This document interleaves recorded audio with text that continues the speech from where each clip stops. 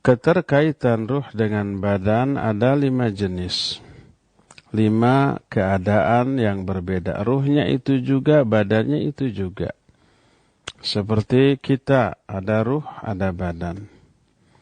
Kita sekarang sedang mengalami tipe atau jenis keterkaitan yang kedua. Adapun keterkaitan yang pertama adalah keterkaitan ruh dengan badan ketika kita semua masih berada dalam perut ibu berupa janin. Tadinya hanya badan, diproses berkembang oleh Allah Azza wa Jalla sampai usia 4 bulan.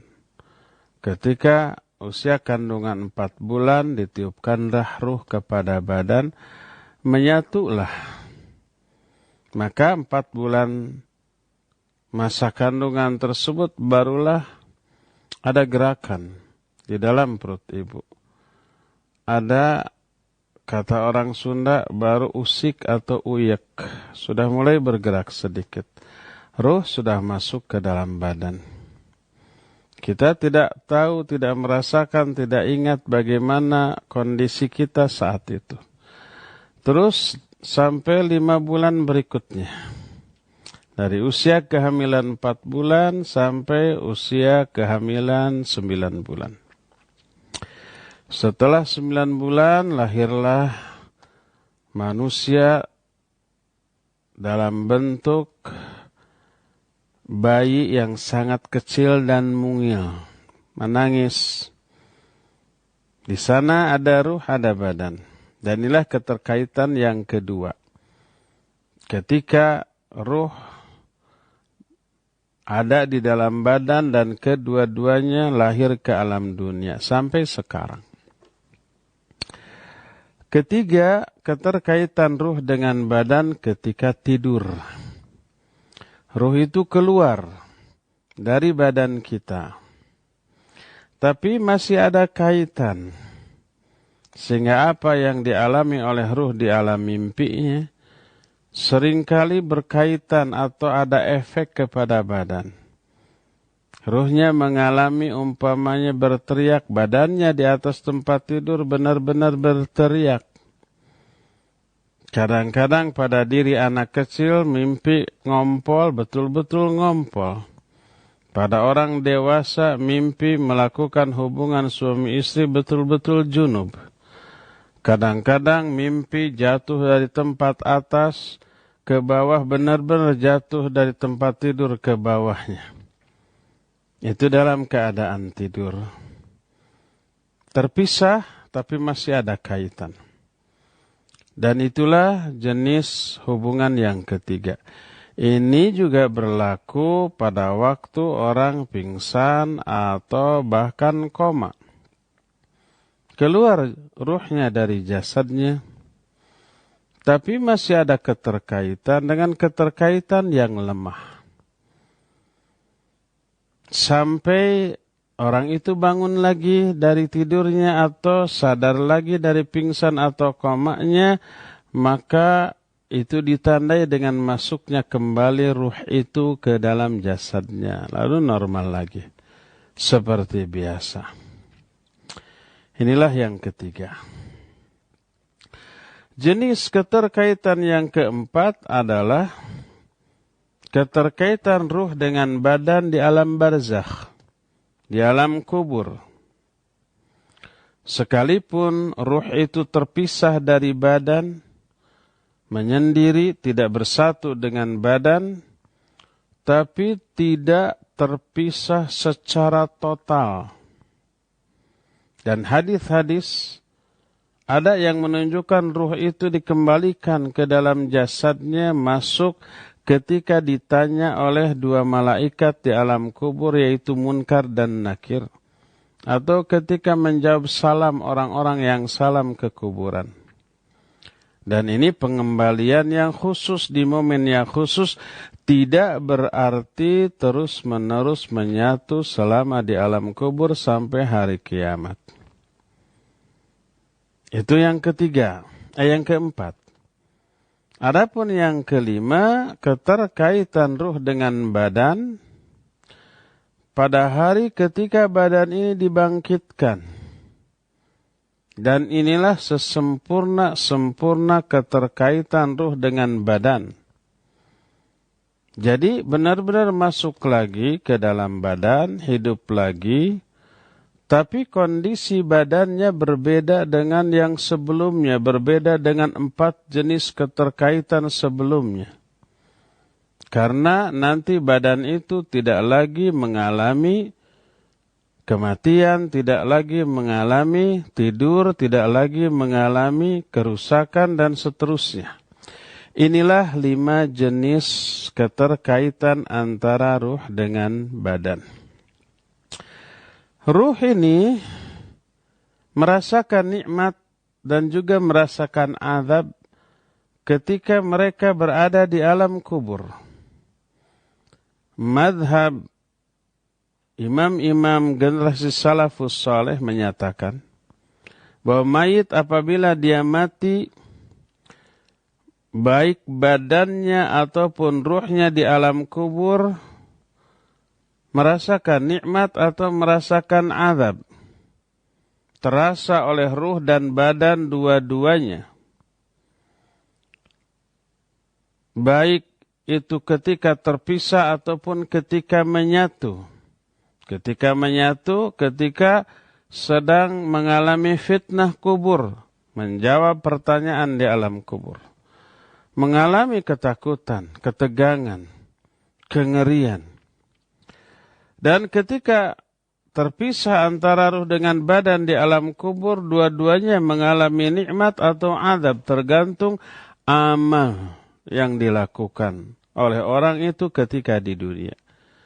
Ada kaitan walaupun tidak menyatu, sehingga dua-duanya baik badannya ataupun ruhnya mengalami, merasakan nikmat ataupun azab. Taubahnya ketika tidur, dua-duanya terpisah. Ruh keluar dari jasad, tapi masih ada kaitan. Apa yang dialami oleh ruh di alam mimpi berefek kepada badan. Kalau mimpinya mimpi yang menyenangkan, badan ikut merasakan kesenangan. Kalau mimpi yang membuat dia menderita, badan juga ikut. Teriak-teriak tapi nggak keluar suaranya dan seterusnya. Maka seperti itu juga di alam kubur. Ahlus sunnah wal jamaah sepakat bahwa jiwa mengalami nikmat ataupun azab sekalipun terpisah dari badan di alam kubur. Tapi baik mengalami nikmat ataupun azab, ada efek ke badannya. Badannya masih ada hubungan keterkaitan dengan ruhnya. Maka nikmat kubur dan azab kubur terasa oleh dua-duanya, baik ruhnya ataupun badannya.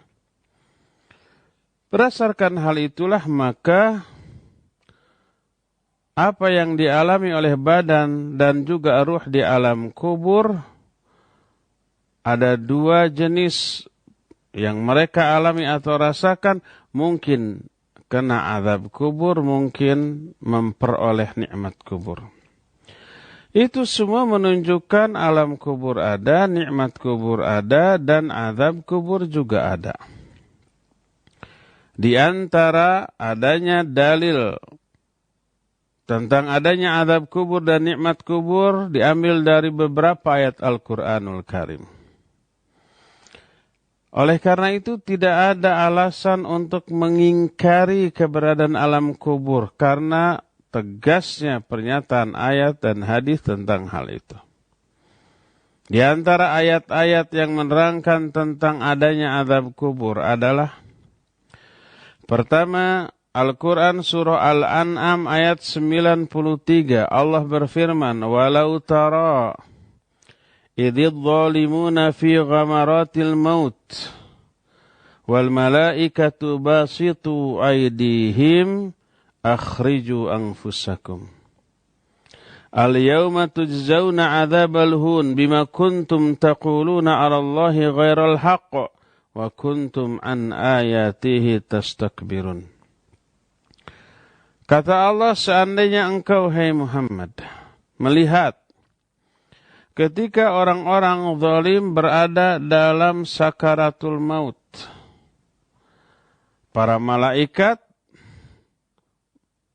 menjulurkan tangan-tangan mereka, maknanya memukuli mereka dengan tangan-tangannya. Memukuli orang yang sedang sakaratul maut ini, sambil membentak, akhriju anfusakum, keluarkan ruh kamu. Pada hari ini kamu dibalas dengan azab yang menghinakan karena dulu kamu berbicara tentang Allah tanpa hak, dengan pembicaraan yang tidak benar, ngaco, dan kalian dulu takabur dari ayat-ayat Allah. Ini ucapan bentakan malaikat ditujukan kepada orang kafir yang akan mengalami kematian. Para malaikat menyatakan saat itu, menyuruh, akhriju anfusakum, keluarkan ruh-ruh kalian. Lalu malaikat menyatakan, al-yawma tujzauna 'adzabal hun, pada hari ini kalian akan dibalas dengan azab yang menghinakan. Maksud pada hari ini adalah hari ketika orang itu sudah mati, masuk ke alam kubur. Sebelum kiamat datang nanti. Dan ini menunjukkan azab kubur. Oleh karena itulah maka al-yawma tujzaun, pada hari ini kalian akan dibalas. Yang dimaksud pada hari ini adalah hari ketika dunia masih ada, tapi orang itu sudah mati, sudah masuk ke alam kubur, dan ini maknanya adalah azab kubur. Yang pertama, dalil kedua dari ayat terdapat dalam surah Tur 45 sampai 47. Allah berfirman dalam ayat itu, "Fadarhum hatta yulaqu yawmahum alladhi fihi yus'aqun. Yawma la yughni anhum kaiduhum syai'aw wa lahum yunsarun. Wa inna lilladhina zalamu 'adzaban duna dhalik walakinna aktsarahum la ya'lamun." Kata Allah, biarkan mereka sampai mereka berjumpa dengan hari di mana hari itu mereka akan dibinasakan. Pada hari ketika tipu daya mereka tidak ada manfaatnya sama sekali dan mereka tidak ditolong. Sesungguhnya bagi orang-orang yang zalim ada azab yang kadar azabnya di bawah itu. Agak enteng, tapi kebanyakan mereka tidak mengetahuinya. Jadi ada dua jenis azab. Azab akhirat dan azab sebelum itu. Azab akhirat dahsyat. Azab sebelum itu lebih enteng, lebih ringan. Azab sebelumnya itu apa? Ada dua kemungkinan. Mungkin azab di dunia berupa terbunuhnya orang kafir di medan perang, sehingga terhina, atau musibah-musibah penderitaan lain yang Allah timpakan kepada mereka di dunia. Atau mungkin juga azab yang dimaksud di sini adalah azab di alam barzakh, azab di alam kubur. Dan inilah yang lebih jelas karena kebanyakan orang kafir, banyak yang mereka itu tidak terbunuh di medan perang ketika hidupnya di dunia, malah membunuhi orang-orang muslim. Banyak yang tidak mengalami penderitaan yang dahsyat. Hidupnya di dunia ini senang karena berkuasa dan banyak uang, banyak pendukung. Oleh karena itulah maka wa inna lilladzina zalamu 'adzaban duna dzalik. Bagi orang-orang yang zalim, makna zalim di sini kafir. Ada azab sebelum azab hari kiamat. Yang dimaksud adalah azab di alam barzakh. Ada orang kafir yang diazab di dunia dalam bentuk dihinakan, dibunuh oleh orang muslim di medan perang, terluka, tertawan, hina, atau kekuasaannya dicabut, kekayaannya dicabut, diberi berbagai macam penyakit, musibah, menderita. Mungkin itu di dunia. Ada juga yang diberikannya di alam barzakh. Karena banyak orang-orang kafir yang ketika di dunia tidak menderita atau hanya sedikit. Mereka berkuasa, mereka berpangkat, mereka banyak pengikut, mereka banyak uang, senang. Mereka di alam barzakhnya diazab. Dan inilah yang dimaksud dengan ayat wa inna lilladzina zalamu azaban duna dzalik walakinna aktsarahum la ya'lamun. Bagi orang-orang zalim ada azab sebelum azab akhirat. Azabnya di bawah kadar azab di akhirat. Tapi kebanyakan mereka tidak tahu. Maksudnya adalah azab barzakh. Dan ini menjadi dalil ayat yang menjelaskan tentang adanya azab kubur bagi mereka. Ini dalil yang kedua. Yang ketiganya firman Allah dalam surah Ghafir atau surah Al-Mu'min ayat 45 dan 46. Allah Azza wa Jalla menyatakan, kata Allah, fawaqahu Allahu sayyiati ma makaru wa haqa bi ali fir'auna su'ul 'adzab an-naru yu'raduna 'alaiha ghuduwwan wa 'ashiyya wa yawma taqumu as-sa'ah adkhilu ala fir'auna asyaddal 'adzab. Kata Allah Azza wa Jalla, Allah menyelamatkan Musa dari kejahatan makar mereka, makar Fir'aun. Nabi Musa dan pengikutnya Allah selamatkan. Wa haqa bi ali fir'auna sul adzab. Lalu azab yang buruk justru meliputi, mengelilingi, merubung bala tentara Fir'aun. Itu ketika di dunianya. Setelah mereka mati masuk ke alam kubur, Allah menyatakan an-naru yu'raduna 'alaiha ghuduwwan wa 'ashiyya. Neraka dihembuskan kepada mereka setiap pagi dan petang. Ini di alam kubur. Wa yauma taqumu as-sa'ah, dan nanti pada saat hari kiamat, adkhilu ala fir'auna asyaddal 'adzab. Masukkan bala tentara Fir'aun ini ke azab yang lebih dahsyat. Di akhirat lebih dahsyat. Tapi sebelum di akhirat, sekarang setiap pagi dan petang. Ke kuburan mereka, ke alam kubur mereka dihembuskan api neraka. Panasnya, baunya, kengeriannya bertiup ke alam kubur mereka. Terus setiap hari, setiap pagi dan petang.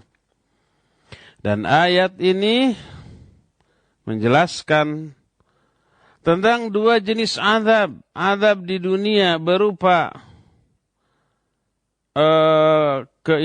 dua jenis azab. Pertama, azab di alam kubur berupa dihembuskannya api neraka ke alam kubur mereka, dan nanti di akhirat, di neraka, Fir'aun akan dimasukkan ke azab yang jauh lebih dahsyat. Inilah dalil ketiga dari Al-Quran. Dalil keempat diterangkan dalam surah Al-Waqi'ah dari ayat 83 sampai 94. Ada 11 ayat di dalam surah ini.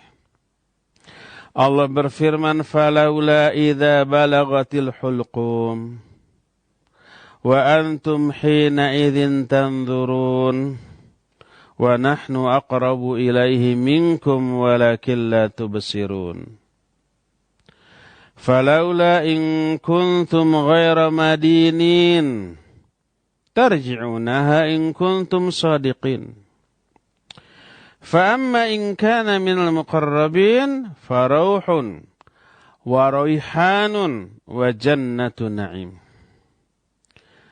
وَأَمَّا إِنْ كَانَ مِنْ أَصْحَابِ الْيَمِينِ فَسَلَامٌ لَكَ مِنْ أَصْحَابِ الْيَمِينِ Wa amma in kana minal mukadzibin ad-dallin fanuzulun min hamim wa tasliyatu jahim. Inna hadza lahu al-haqqul yaqin. Kata Allah, kenapakah apabila nyawa sudah sampai di tenggorokan, saat itu kalian melihat, dan kami lebih dekat kepadanya dibanding kalian, tapi kalian tidak melihat. Kenapa kalau memang kalian tidak dikuasai oleh Allah, kenapa kalian tidak kembalikan itu ruh ke dalam badan kalian kalau kalian orang benar? Tapi kan mereka tidak bisa ketika ruh sudah sampai di tenggorokan, mereka tidak bisa mempertahankannya, memasukkannya kembali ke dalam badan untuk melanjutkan hidupnya. Enggak. Lepas gitu aja. Falaula in kuntum ghaira madinin tarji'unaha in kuntum shadiqin. Kalau memang benar kalian tidak dikuasai oleh Allah, kenapa tidak dikembalikan itu ruh ke dalam jasadnya? Untuk melanjutkan kehidupan dan menghindari kematian. Sudah mati masuk ke alam kubur. Maka ada 3 golongan nasib manusia di alam kubur. Pertama, فَأَمَّا إِنْ كَانَ مِنَ الْمُقَرَّبِينَ. Adapun kalau ruh ini termasuk orang yang muqarrabin, dekat dengan Allah. فَرَوْحٌ وَرَوْحَانٌ وَجَنَّةٌ نَعِيمٌ. Dia akan mengalami kenyamanan, ketenangan, dan rizki yang melimpah serta surga yang penuh dengan kenikmatan. Itulah yang disebut as-sabiqun atau al-muqarrabun. Golongan terbaik di antara semua golongan yang ada. Wa amma in kana min ashabil yamin, adapun kalau dia ini termasuk golongan kanan, ini juga golongan orang mukmin, ahli surga. Fasalamun laka min ashabil yamin. Maka keselamatan atas kamu, hai golongan kanan. Ini juga dapat nikmat kubur. Nah, yang bahaya, yang memprihatinkan golongan yang ketiga. Wa amma in kana minal mukadzibin ad-dallin. Adapun kalau dia termasuk orang yang mendustakan dan orang yang sesat, fanuzulun min hamim. Waliyadzubillah. Dia akan memperoleh hidangan jamuan dari hamim. Air yang sangat panas dengan panas yang puncak. Wa tasliyatu jahim. Dijerumuskannya ke dalam neraka jahim. Nah, ini 3 golongan manusia. Al-muqarrabun, ashabul yamin, dan ashabul shimal. Ashabul shimal, ashabul yamin dan al-muqarrabun dapat nikmat kubur, dapat nikmat akhirat. Adapun yang ketiga, ashabus shimal, golongan kiri, dapat azab kubur dan juga dapat azab akhirat yang jauh lebih dahsyat. Semoga Allah memasukkan kita semua ke dalam golongan al-muqarrabun, memperoleh nikmat kubur, selamat dari fitnah kubur dan terhindar dari azab kubur, memperoleh surga yang tertinggi.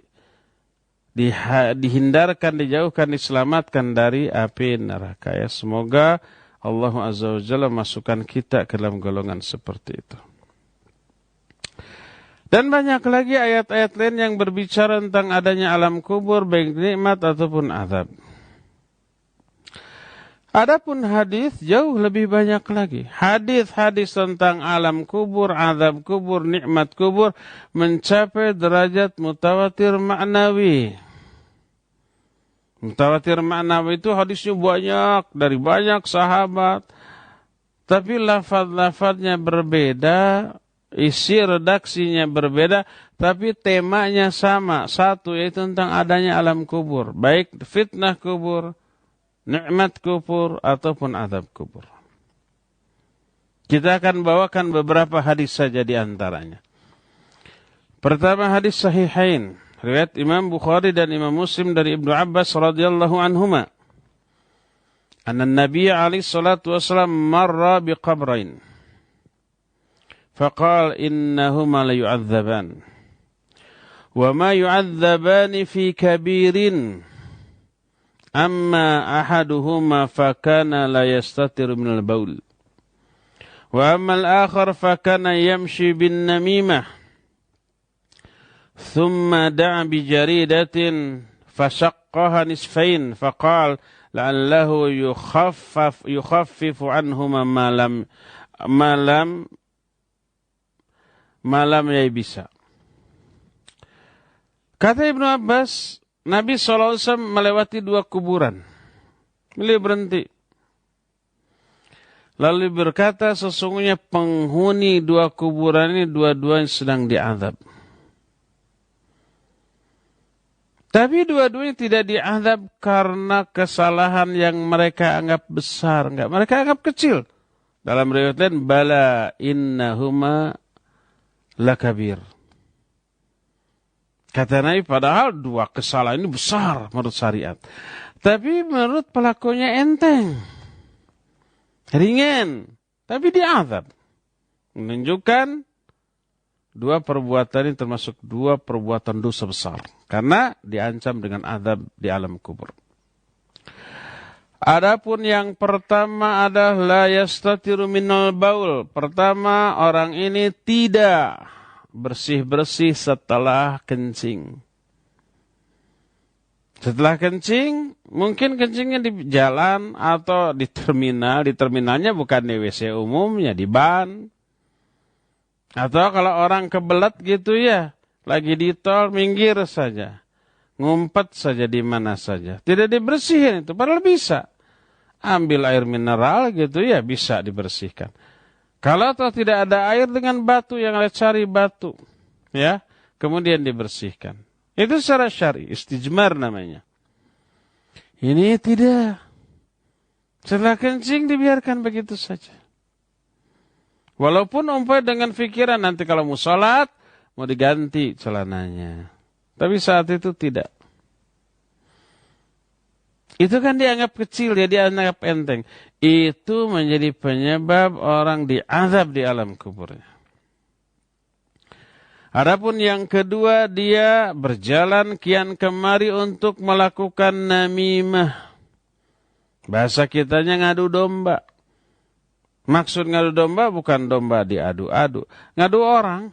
Orang yang tadinya bersahabat, dia fitnah, dia nukil ucapan seseorang yang buruk, disampaikan kepada sahabatnya. Sahabatnya jadi tersinggung, akhirnya balas, akhirnya bermusuhan. Itu ngadu domba namanya.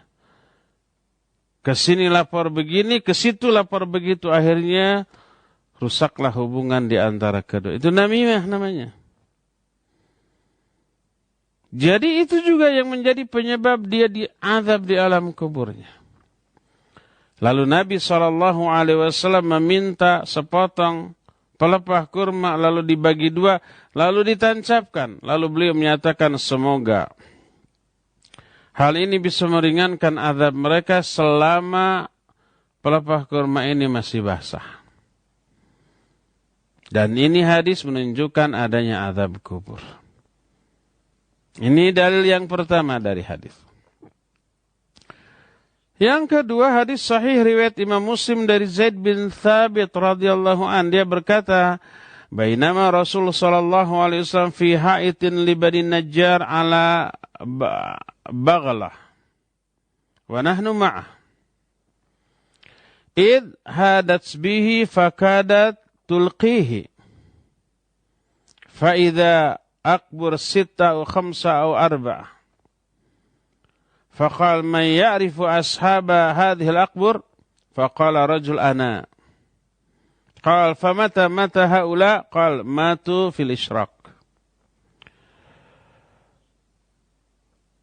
فقال إن هذه الأمة تبتلى في قبورها فلولا ألا تدافنوا لدعوت الله أن يسمعكم من عذاب القبر الذي أسمع منه." Ketika Rasul sallallahu alaihi wasallam sedang berada di perkebunan kurma milik Bani Najjar di atas bagalnya, di atas kendaraan kuda, peranakan kuda dengan keledai gitu. Kami sedang bersama beliau saat itu. Tiba-tiba kendaraan yang ditungganginya itu merontak, hampir melemparkan Rasul Shallallahu Alaihi Wasallam dari atasnya. Tiba-tiba ada 6 atau 5 atau 4 kuburan di sana. Berkata Nabi SAW, siapa yang tahu penghuni kuburan ini? Ada sahabat yang berkata, saya ya Rasulullah. Beliau bertanya, kapan matinya mereka? Ditanya, mati dulu ketika masih musyrik. Ini orang-orang musyrik yang dikuburkan di sana. Berkatalah Nabi SAW, sesungguhnya umat ini akan diazab di kubur-kubur mereka. Seandainya aku khawatir kalian tidak mau menguburkan jenazah, pasti aku akan berdoa kepada Allah agar Allah membuat kalian mendengar azab kubur yang aku dengar. Seperti yang aku dengar. Nabi SAW mendengar jeritan alam kubur. Kita tidak. Seandainya tidak khawatir kita enggak mau menguburkan jenazah, pasti Nabi akan berdoa, ya Allah, buatkan umat kami bisa mendengar, jadikan umatku bisa mendengar jeritan alam kubur. Tapi kalau kita mendengar jeritan alam kubur, kita enggak akan berani ke kuburan. Ada yang mati enggak mau dikuburkan, khawatir mendengar jeritan tersebut. Alhamdulillah, Nabi SAW tidak berdoa demikian. Sehingga kita adem ayem saja tidak mendengar jeritan dari alam kubur karena disiksa di alam kubur. Hadis kedua ini menjelaskan tentang adanya azab kubur. Hadis ketiga, juga dalam Sahih Muslim, juga dalam semua kitab-kitab sunan, Sunan Abu Daud, Sunan An-Nasai, At-Tirmidzi dan Ibnu Majah, dari Abu Hurairah radhiyallahu an, dengan sanad yang sahih. Berkata Rasul alaihi salatu wasallam, "Idza faragha ahadukum min at-tasyahhudil akhir, falyata'awwadz billahi min arba', min adzabi jahannam, wa min adzabil qabr, wa min fitnatil mahya wal mamat, wa min fitnatil masiihid dajjal." Apabila kalian sudah selesai dari doa tahiyat akhir, maka berlindunglah kalian kepada Allah dari 4 perkara. Pertama, dari azab jahannam. Kedua, azab kubur. Ketiga, fitnah kehidupan. Keempat, fitnah kematian. Kelima, fitnah al-masih ad-dajjal. Berlindung, Allahumma inni a'udzubika min adzabi jahannam, min adzabil qabr, wa min fitnatil mahya wal mamat, wa min fitnatil masihid dajjal. Berlindung kepada Allah dari 4 ini. Pertama, dari azab jahannam. Yang kedua, dari azab kubur. Ketiga, dari fitnah hidup dan fitnah mati. Keempat, dari fitnah dajjal. Dan hadis sahih ini menjelaskan azab kubur itu ada. Kalau enggak ada, enggak mungkin Nabi SAW menyuruh kita berlindung dari azab kubur. Dalil keempat. Dalam Sahihain, dari Abu Ayyub radhiyallahu an, dia berkata, kharajan Nabi sallallahu alaihi wasallam wa qad wajabatis syams fasami'a sautan faqala yahudun tu'adzabu fi quburiha. Suatu saat Nabi SAW keluar dari rumah dan saat itu matahari sudah tenggelam. Lalu beliau mendengar sebuah suara. Beliau berkata, itu Yahudi sedang diazab di kuburnya. Dan itu menunjukkan adanya azab kubur. Hadis kelima masih dalam Sahihain, dari Aisyah radhiyallahu anha. Kata Aisyah, dakhalat alayya ajuzan min ujuzi Yahudil Madinah. Faqalata inna ahlal kubur yu'adzabuna fi kuburihim. Qalat fakadzabtuhuma. Falam un'im an usaddiqahuma. Qalat fakharajata. Wa dakhala alayya Rasul alaihi salatu wassalam. Faqultu lahu ya Rasulullah, inna ajuzain min ujuzil Yahudil Madinah dakhalata alayya faza'amata anna ahlal kubur yu'adzabuna fi kuburihim. Faqala sadaqata. Innahum yu'adzabuna 'adzaban tasma'uhul bahaim. Qalat fama ra'aituhu ba'd fi salatin illa yata'awwadu min 'adzabil qabr. Kata Aisyah radhiyallahu anha, ada dua orang wanita tua dari kalangan Yahudi Madinah masuk menemui aku. Wanita tua Yahudi menemui Aisyah. Kedua-duanya berkata, sesungguhnya penghuni kubur itu akan diazab di kuburan mereka. Aku mendustakan dua wanita Yahudi ini. Rasanya tidak serg kalau aku membenarkan mereka. Lalu setelah itu keluarlah kedua wanita Yahudi ini. Lalu masuklah Rasul SAW menemui aku. Lalu aku bertanya, wahai Rasulullah, sesungguhnya dua wanita tua Yahudi tadi, dua wanita tua itu, dua wanita Yahudi Madinah masuk menemui aku. Kedua-duanya menyangka bahwa penghuni kubur akan diazab di kubur-kubur mereka. Maka Nabi SAW menjawab, benarlah kedua wanita tadi. Sesungguhnya para penghuni kubur akan diazab dengan azab yang ceritanya terdengar oleh seluruh binatang. Berkata Aisyah radhiyallahu anha, tidaklah aku melihat Rasul SAW setelah itu di dalam salatnya kecuali beliau berta'awudz, berlindung kepada Allah dari azab kubur. Hadis ini juga menjadi dalil tentang adanya azab kubur. Dan banyak lagi hadis-hadis yang lainnya. Saking banyaknya, para ulama menilai hadis tersebut mencapai derajat mutawatir maknawi. Ada dua jenis hadis mutawatir, mutawatir lafzi dan mutawatir maknawi.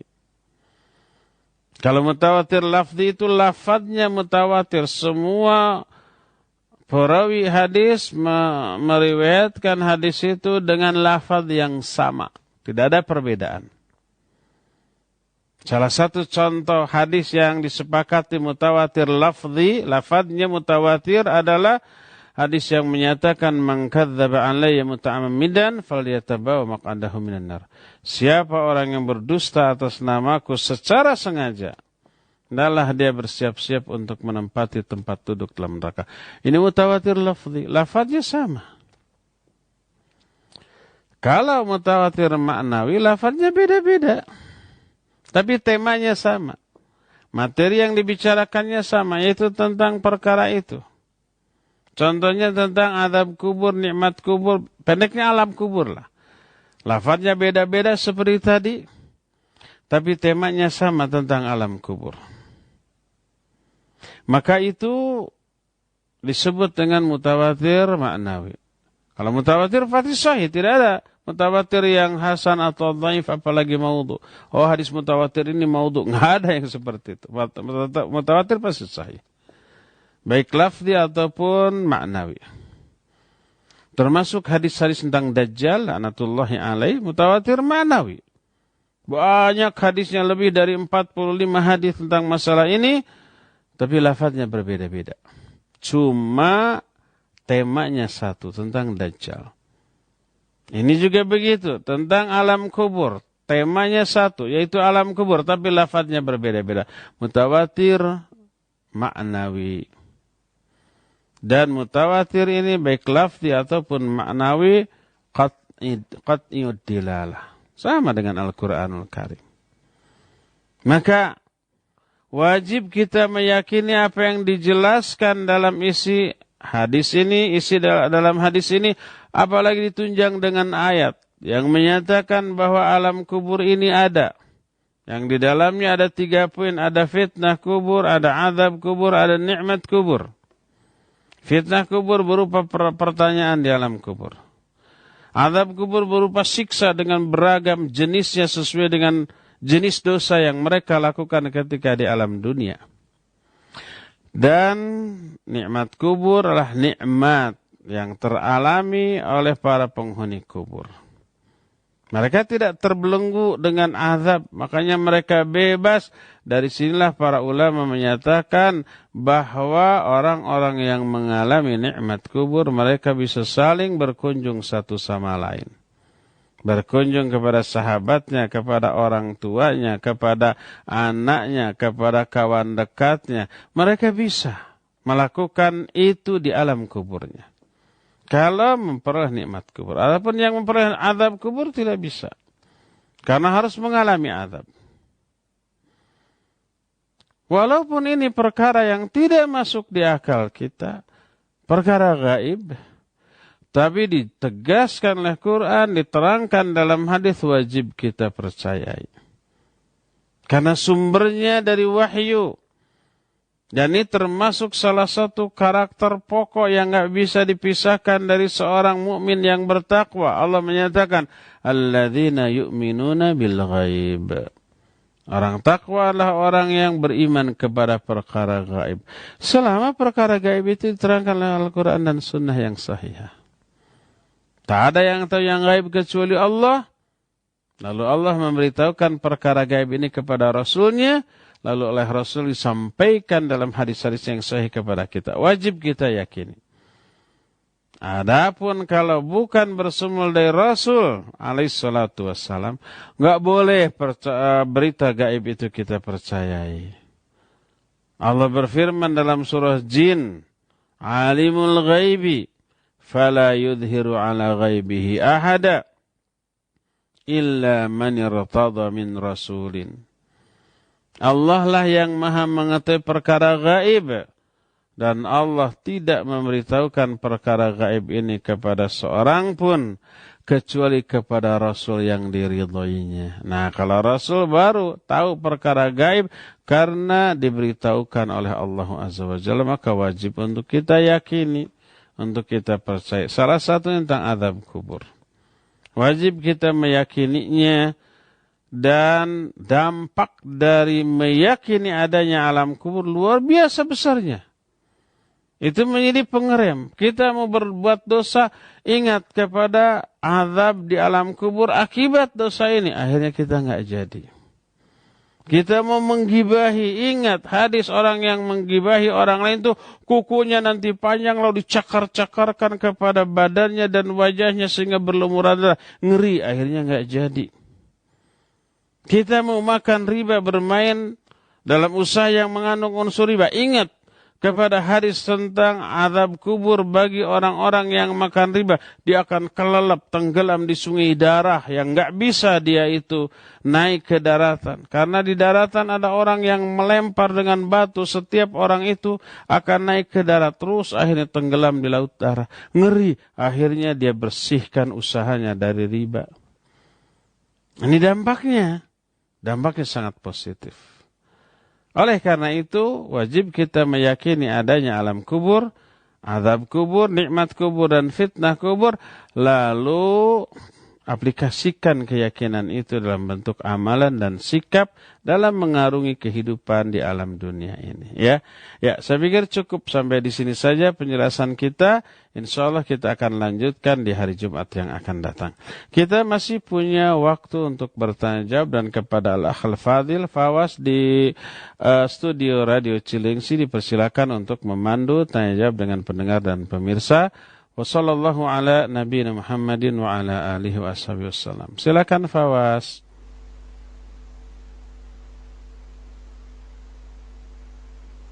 Baik Ustaz, terima kasih. Jazakallah khairan, barakallahu fiik atas materi bahasan yang penuh manfaat yang telah disampaikan oleh Al-Ustaz di sore hari ini. Dan ikhwatal Islam, pendengar serta pemirsa Roja, kita masuk ke sesi interaktif. Bagi Anda pendengar dan pemirsa yang akan bertanya, silakan kami akan terima untuk telepon di 0218236543 atau dengan pesan singkat ke 0819896543. Kami coba sapa dari penelpon terlebih dahulu 0218236543. Silahkan. Ya, baik. Masih terputus sepertinya. Kami angkat terlebih dahulu pertanyaan dari pesan singkat. Ada Ibu Ani di Lampung. Assalamualaikum warahmatullahi. Ustadz, apakah mereka yang sudah wafat dan berada di alam barzakh, Allah berikan atau mereka bisa melihat keadaan keluarganya di dunia? Karena sebagian masyarakat meyakini hal tersebut. Apakah benar Ustaz? Mohon penjelasannya. Jazakallah khairan. Baik, barakallahu fiik Ibu di Lampung. Apakah orang yang sudah mati masuk ke alam kubur bisa melihat, mendengar apa yang dialami oleh orang yang masih hidup di alam dunia? Taib. Beberapa hadis menyatakan demikian, tetapi dalam momen-momen yang khusus. Tidak di setiap saat selama mereka di alam kubur. Tidak.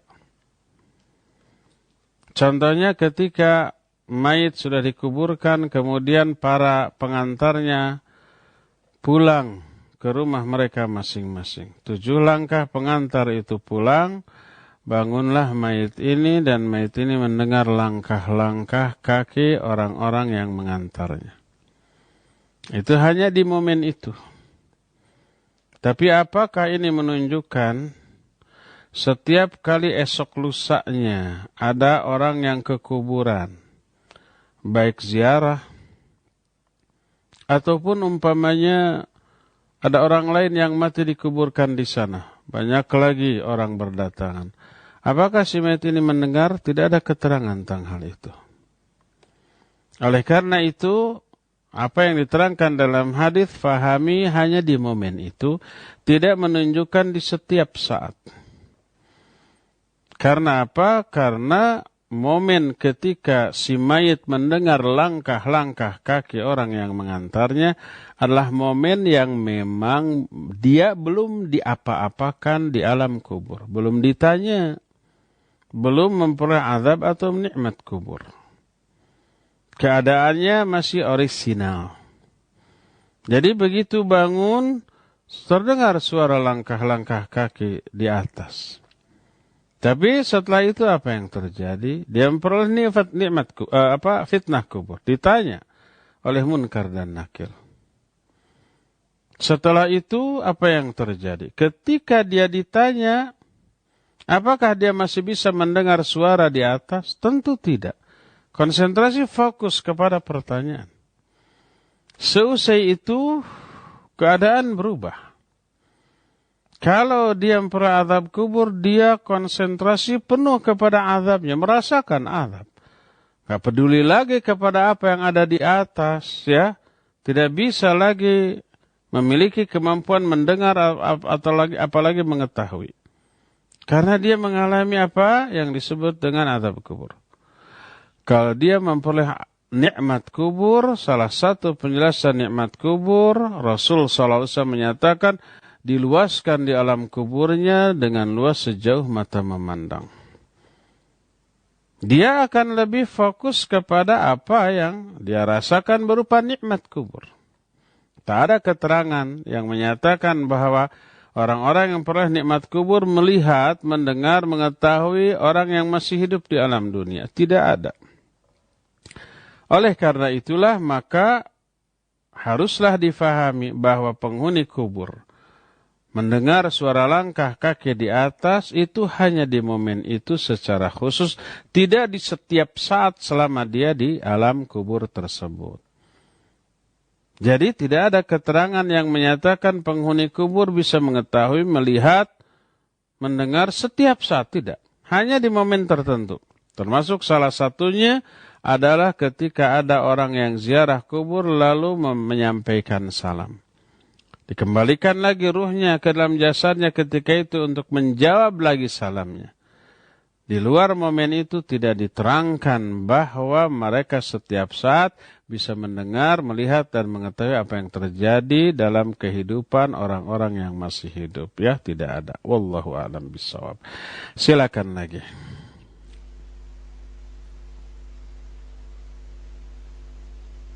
Terima kasih jazakallahu khairan jawaban dan nasihat Al-Ustaz.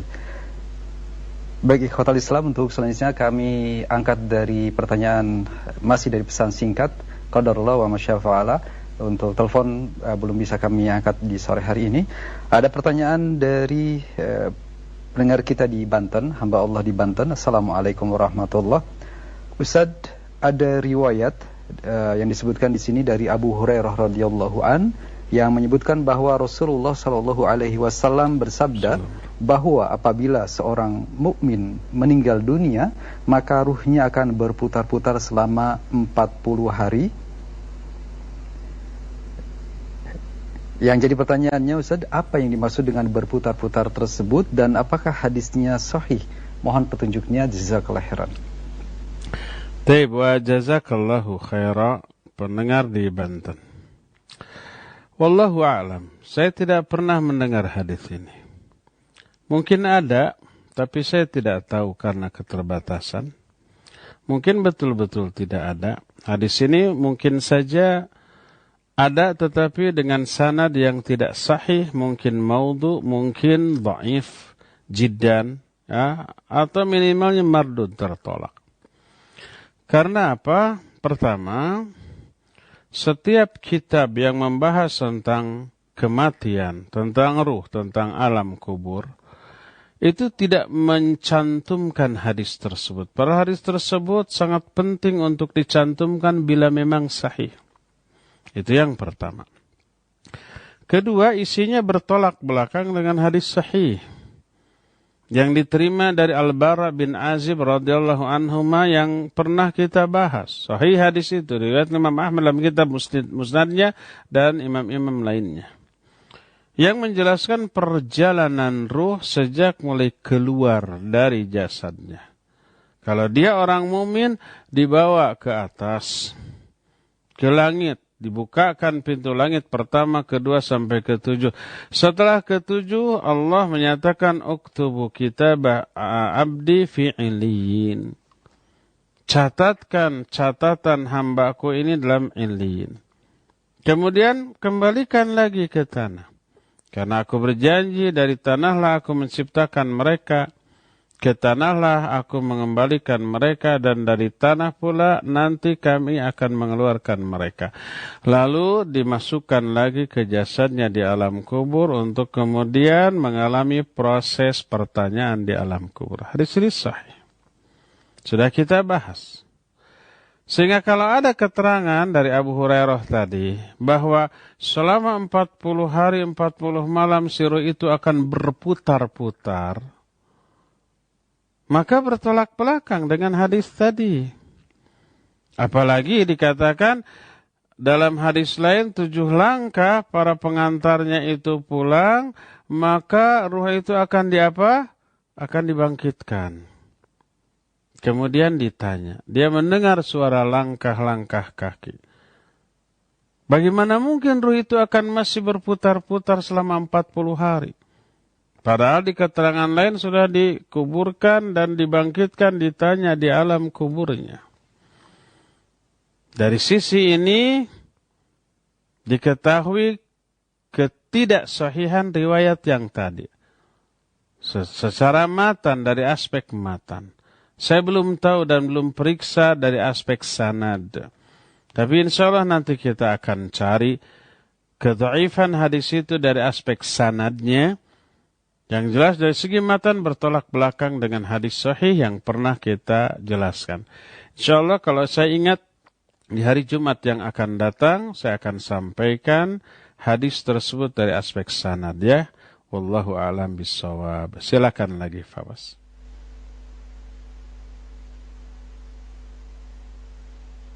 Terima kasih Ustadz, jazakallahu khairan, barakallahu fiik. Selanjutnya dari pesan singkat ada pertanyaan dari hamba Allah di Bandung. Assalamualaikum warahmatullahi wabarakatuh. Ustadz, mohon penjelasan terkait dengan sakaratul mautnya orang kafir. Saya pernah mendengar bahwa jika ruhnya mengalami sakaratul maut, maka para malaikat memukulinya dan memaksanya untuk keluar roh tersebut dari jasadnya secara kasar dan keras. Namun beberapa pekan yang lalu saya mendengar penjelasan dari Al-Ustadz terkait dengan adanya orang kafir yang dicabut nyawanya dengan dibuat tenang tanpa terlihat adanya kesakitan sebagai wujud balasan Allah Subhanahu wa taala di dunia atas kebaikan mereka selama hidupnya. Mohon dari penjelasan terkait dengan dua hal ini Ustaz. Barakallahu fiik, jazakallahu khairan. Wa fika barakallahu wa jazakallahu khairan pendengar di Bandung. Betul, dua-duanya pernah saya sampaikan. Orang kafir ketika sakaratul mautnya disiksa, diazab. Berdasarkan nas Al-Quranul Karim.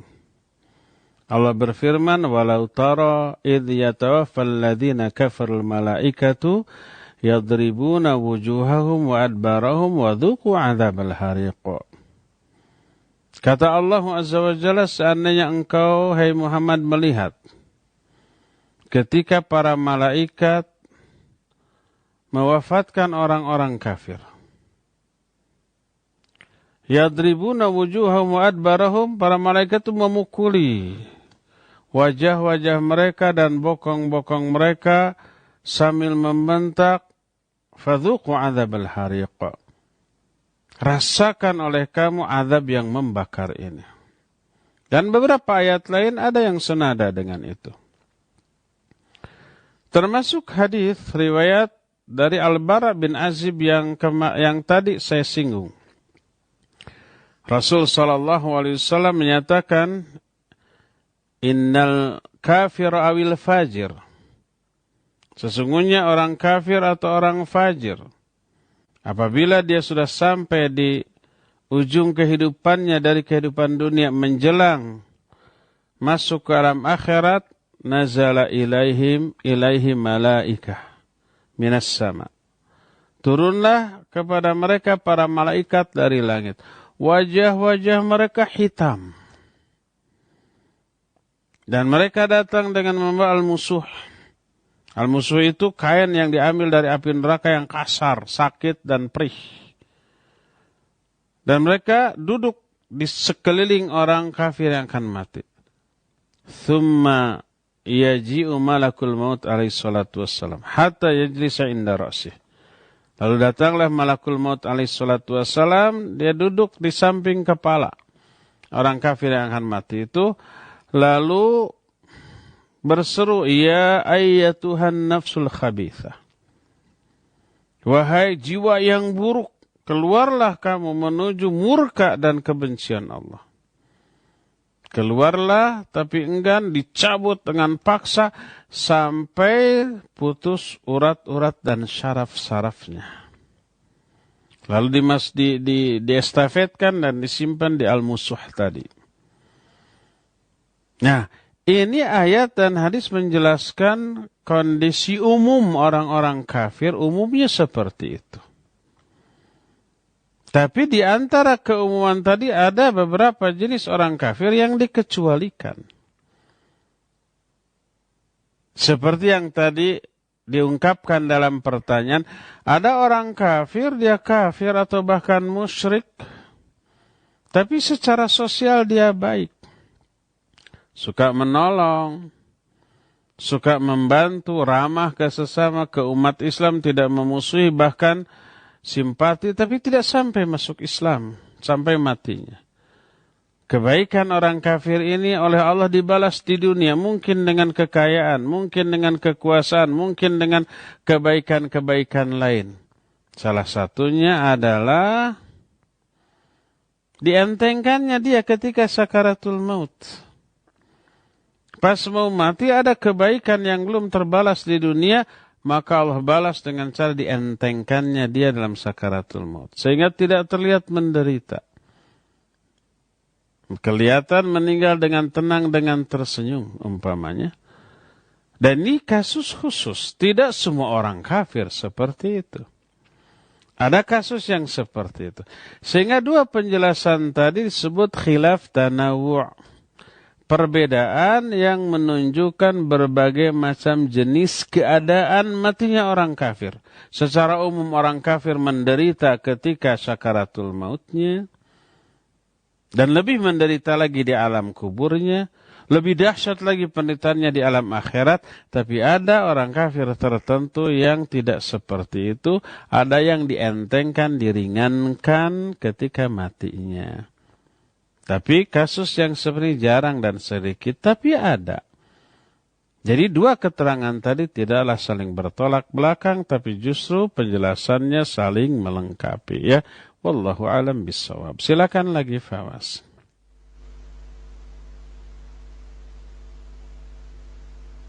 Baik Ustaz, terima kasih. Jazakallahu khairan jawaban dan penjelasan Al-Ustaz. Barakallahu fiik. Selanjutnya masih dari pesan singkat. Dan kami mohon maaf untuk Anda yang mencoba melalui telepon. Mohon maaf tidak bisa kami ajukan. Silakan bisa dikirim ke pesan singkat 0819896543. Ada pertanyaan berikutnya dari Abdullah di Jakarta. Assalamualaikum warahmatullahi wabarakatuh. Ada dua pertanyaan tampaknya. Assalamualaikum warahmatullahi wabarakatuh. Ustaz, mohon penjelasannya apakah pasangan suami istri yang sudah dua-duanya wafat akan sama-sama bisa bertemu di alam barzakh? Dan yang kedua, apakah sah talak 3 yang dijatuhkan kepada seorang istri yang dalam kondisi ditengarai mengandung atau hamil? Mohon penjelasan dan dua pertanyaan ini. Jazakallahu khairan barakallahu fiik ya Ustaz. Iya. Taib wa fika barakallah. Pertanyaan pertama, kalau suami istri dua-duanya mati, dua-duanya soleh, apa masih bisa berjumpa di alam kubur? Ya itu tadi. Kalau dua-duanya soleh dan solihah, memperoleh nikmat kubur, sudah kita terangkan para penghuni kubur saling berziarah satu sama lain. Karena mereka memperoleh nikmat kubur, mereka bebas, tidak terbelenggu, tidak terazab, tidak tersiksa di alam kubur.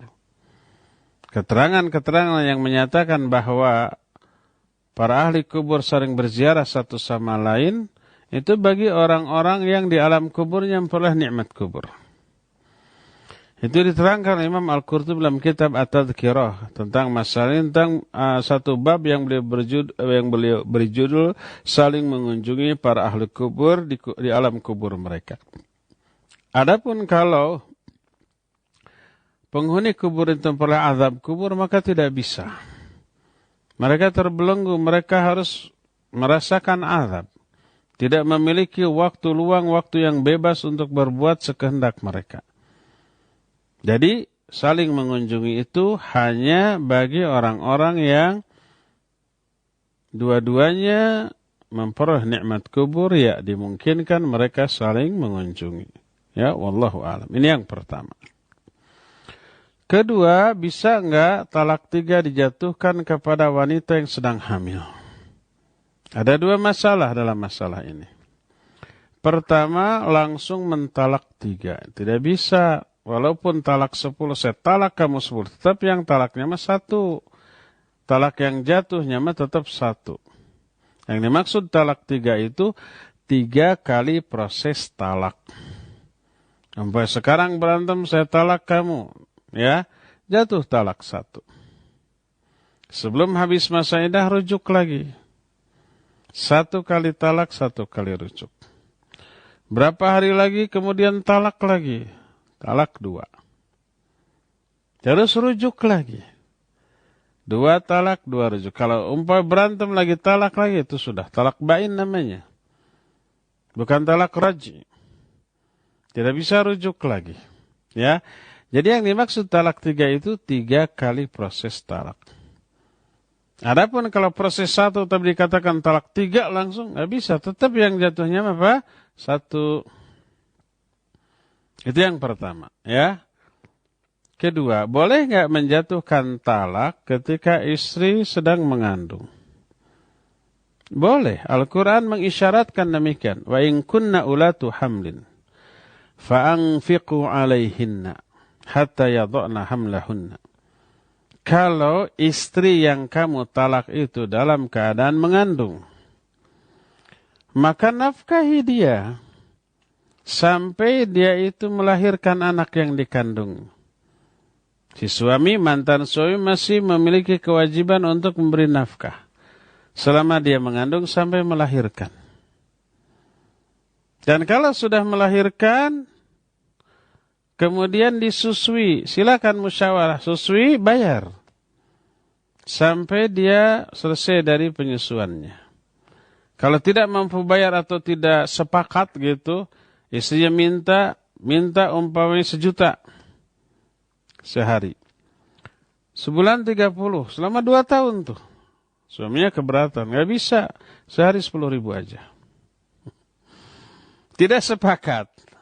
Boleh suaminya membatalkan atau disusui oleh wanita lain. Ya.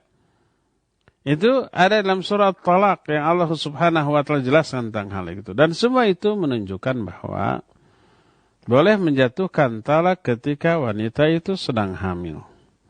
Tapi selama hamil, sang suami ini wajib menafkahinya sampai dia melahirkan anak yang dikandungnya. Tapi tetap walaupun si suami menjatuhkan talaknya 3 sekaligus, pokoknya saking tidak maunya kembali kepada istri, saya talak 3 langsung.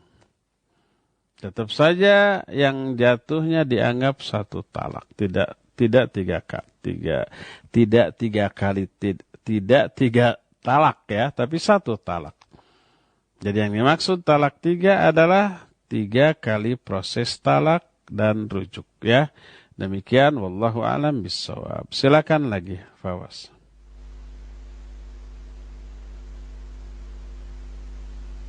Terima kasih Ustaz, jazakallahu khairan penjelasan dan nasihatnya.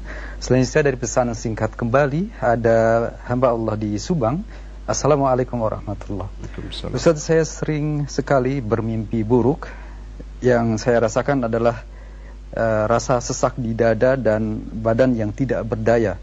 Padahal saya sudah berusaha untuk meminta pertolongan dan melakukan zikir serta hal-hal lainnya. Yang jadi pertanyaan Ustaz, apakah ini bentuk dari azab atau apakah ini adalah salah satu bentuk azab bagi saya yang banyak melakukan dosa, dan seperti itu gambaran dari bagaimana ruh lepas dari jasad saya, karena saya selalu terbayang tentang bagaimana kematian dan azab di alam kubur. Mohon pencerahan dari Al-Ustaz. Jazakallahu khairan, barakallahu fiik. Baik, wa jazakallahu khairan fika barakallah. Hamba Allah di Subang sering mimpi buruk. Apa itu azab? Mimpi buruk itu dari syaitan. Laknatullahi alaih.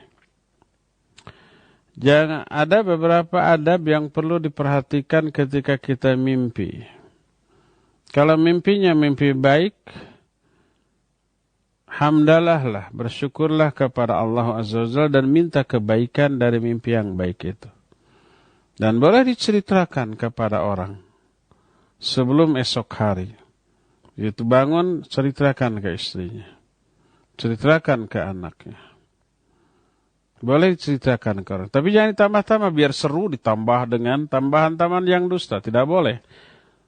Itu sedusta-dusta, kedustaan itu begitu.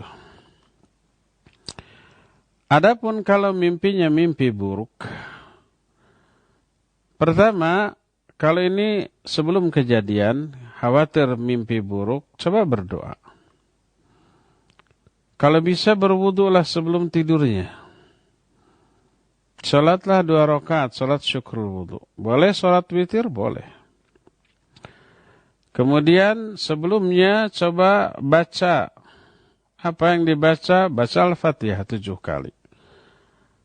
Al-Ikhlas, Al-Falaq, An-Nas 7 kali, ayat kursi 7 kali. Tiupkan ke kedua telapak tangan, lalu diusapkan ke seluruh bagian tubuh yang terjangkau. Lalu baca doa menjelang tidur.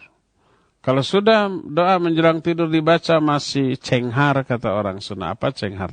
Masih nggak ngantuk juga. Coba memurajaah surat yang dihafal. Kita baca, tidak harus keras, cukup ada gerakan lidah, ya, konsentrasi. Coba baca semua surat yang dihafal. Insya Allah sebelum selesai surat yang dihafal itu terbaca, sudah tidur. Insya Allah, Allah menjaga. Allah memerintahkan malaikat untuk menjaga orang ini sehingga tidak bisa didekati oleh syaitan sampai subuh. Dan kalau tidak digoda oleh syaitan, insya Allah tidak akan bermimpi buruk. Ini tindakan preventif. Kedua, kalau ini sudah terjadi, kadang kita lalai, lagi baca buku atau apa, atau karena kecapean, berbaring tanpa niat untuk tidur, langsung ketiduran. Mungkin saat itu bisa mimpi buruk. Ketika mimpi buruk terjadi, lalu kita terbangun dalam keadaan berkeringat, tersengal-sengal, kadang pening di kepala, maka ta'awudlah. Berlindunglah kepada Allah Azza wa Jalla. A'udzubillahi minasyaitan. Meniuplah ke kiri 3 kali. Kemudian balikan bantalnya. Kemudian berdoalah kepada Allah doa mau tidur. Kalau begitu mau tidur itu masih agak lama ngantuknya hilang gitu ya. Seperti tadi, coba baca ayat-ayat yang kita hafal, surah yang kita hafal. Kalau yang kita hafal juz amma dari An-Naba, An-Nazi'ah terus, ya, Abasa dan seterusnya, sampai dia terlelap, sampai tidur. Maka, insya Allah setan tidak akan menggoda lagi. Tapi kalau umpama begitu bangun, karena mimpi buruk, dia hanya merinding, ngeri. Terus tidur lagi. Tidak berdoa, tidak membalikan tidak ganti posisi tidur, tidak membalikan bantal. Mungkin mimpinya akan berlanjut buruk, bahkan tambah buruk dari sebelumnya. Nah, kalau mimpinya buruk, esok hari jangan diceritakan kepada siapapun. Berlindunglah kepada Allah dari keburukan akibat dari mimpi tersebut. Ya. Itu diantara adab-adab mimpi buruk yang kita alami. Wallahu a'lam bishawab. Silakan lagi, Fawas. Terima kasih Ustaz. Jazakallahu khairan jawaban dan nasihatnya. Masih dari pesan singkat, ada Bapak Cece di Sukabumi. Assalamualaikum warahmatullahi wabarakatuh. Ustaz, mohon penjelasannya. Apakah ada tuntunan syariat Islam bagi seorang yang sudah meninggal kemudian dibacakan ayat-ayat suci Al-Quranul Karim di atas kuburnya secara berjamaah? Disebutkan bahwa itu akan bermanfaat bagi mereka yang sudah wafat dan berada di alam barzakh, di alam kuburnya. Mohon penjelasannya. Jazakallahu khairan penjelasan dari Al-Ustaz. Baik, barakallahu fiik. Ada beberapa yang bermanfaat bagi mayit setelah kematian mereka, yang bisa dilakukan oleh orang-orang yang masih hidup. Pertama, mendoakan rahmatnya, ampunannya, keselamatan dari azab kubur, dari neraka, minta diberikan nikmat kubur dan yang sejenisnya. Baca doa yang kita baca dalam salat jenazah.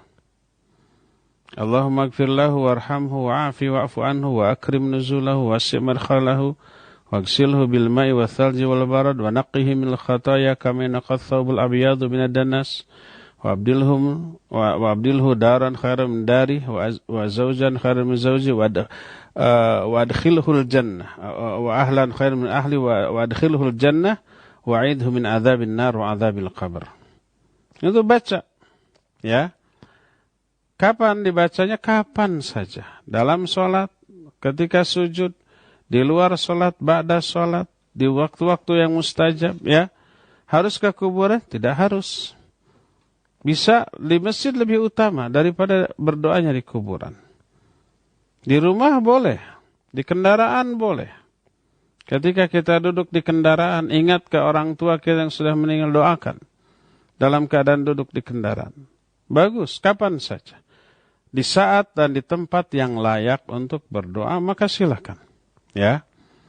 Nah, kedua, boleh nggak menghadiahkan pahala amalan kita seperti membaca Al-Quran?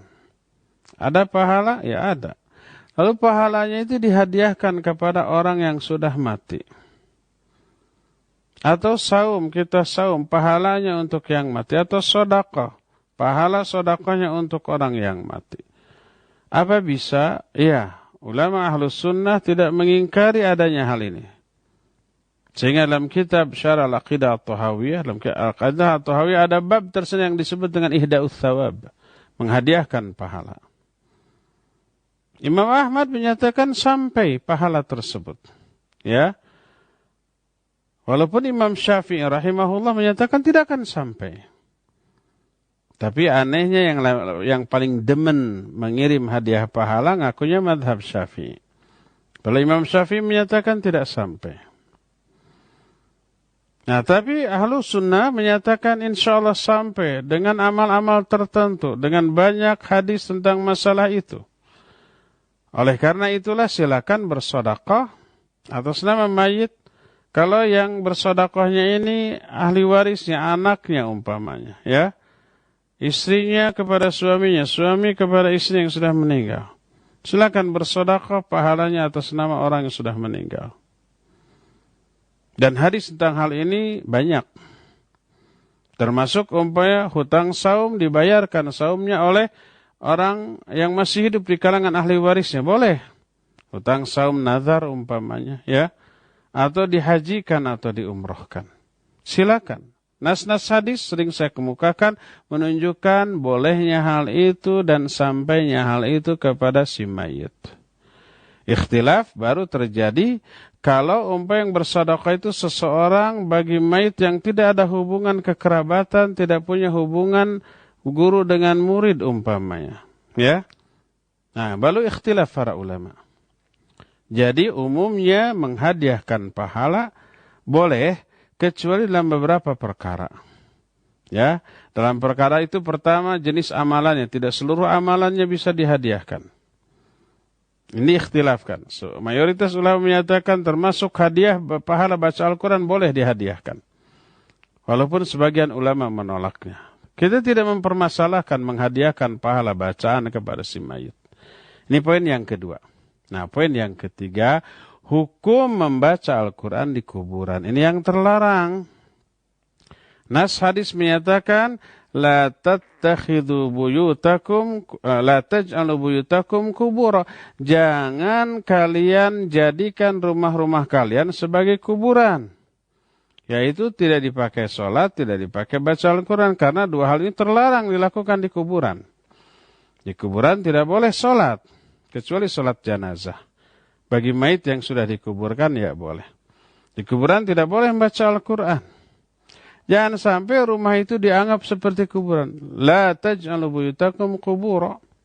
Jangan kalian jadikan rumah kalian seperti kuburan. Yaitu tidak dipakai sholat dan tidak dibacakan Al-Quran di dalamnya. Gunakan atau pakai rumah kita sebagai tempat sholat dan tempat membaca Al-Quran sesering mungkin. Laki ataupun wanita. Laki-laki sholat sunat lebih utama di rumah. Nabi SAW menyatakan, afdalu sholatil mar'i fi baiti ilal maktubah. Seutama-utama sholat seseorang di rumahnya. Kecuali sholat fardu. Itu wajib di masjid. Tapi kalau sholat sunat silakan di rumahnya. Kecuali tahiyatul masjid nggak bisa di rumah. Harus di masjid itu. Tapi selain itu silakan lakukan di rumah. Laki atau perempuan. Baca juga Al-Quran di rumah. Jangan sampai rumah dijadikan seperti kuburan. Tidak dipakai sholat, tidak dipakai baca Al-Quran. Dan ini mengisyaratkan di kuburan tidak boleh baca Al-Quran. Kalau mau menghadiahkan pahala bacaan, lakukan di masjid, lakukan di rumah. Menyendiri saja, tidak perlu berjamaah. Lalu, kalau kita berkeyakinan boleh dihadiahkan, hadiahkan ke orang tua yang sudah meninggal. Pahala dari bacaan Al-Quran tersebut, maka insya Allah akan sampai kepada si mayit. Ya, jadi itu 3 poin yang kita soroti dari pertanyaan yang tadi. Pertama, bisa nggak menghadiahkan pahala? Ya bisa. Kedua, silakan hadiahkan pahala bacaan Al-Quran, tapi lakukan itu di rumah atau di masjid. Yang ketiga, jangan sholat dan jangan membaca Al-Quran di masjid, walaupun dengan niat untuk menghadiahkan pahala bacaan itu kepada si mayit. Bisa dilakukan di rumah atau di masjid. Ya, demikian cukup sampai di sini. Waktu yang kita miliki sudah habis. InsyaAllah kita akan jumpa kembali di hari Jumat yang akan datang, melanjutkan pembicaraan tentang apa yang dialami di alam kubur. Ya, subhanakallahum bihamdik, asyhadu an la ilaha illa anta, astaghfiruka wa atubu ilaik, walhamdulillah rabbil alamin. Wassalamualaikum warahmatullahi wabarakatuh.